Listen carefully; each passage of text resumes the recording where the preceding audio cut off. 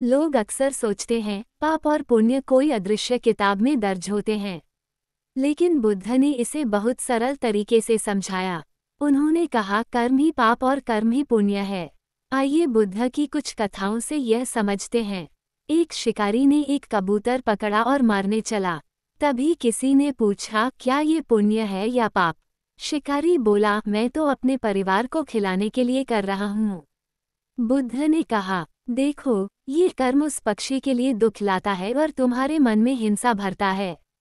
जो दुख दे वही पाप है, चाहे वह किसी भी कारण से क्यों न किया जाए।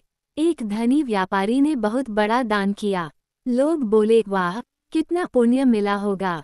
लेकिन बुद्ध ने देखा कि व्यापारी का मन दिखावे और अहंकार से भरा है।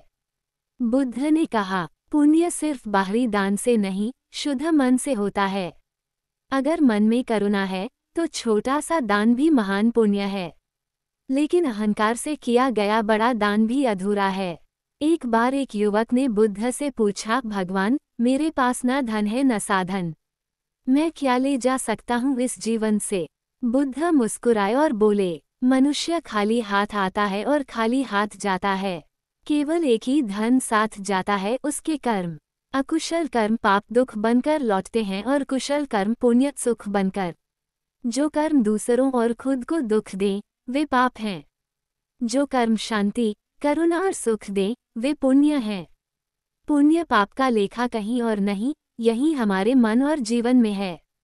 चेरी ब्लॉसम इसलिए बुद्ध ने कहा, कुशल कर्म करो, अकुशल से बचो और मन को निर्मल रखो।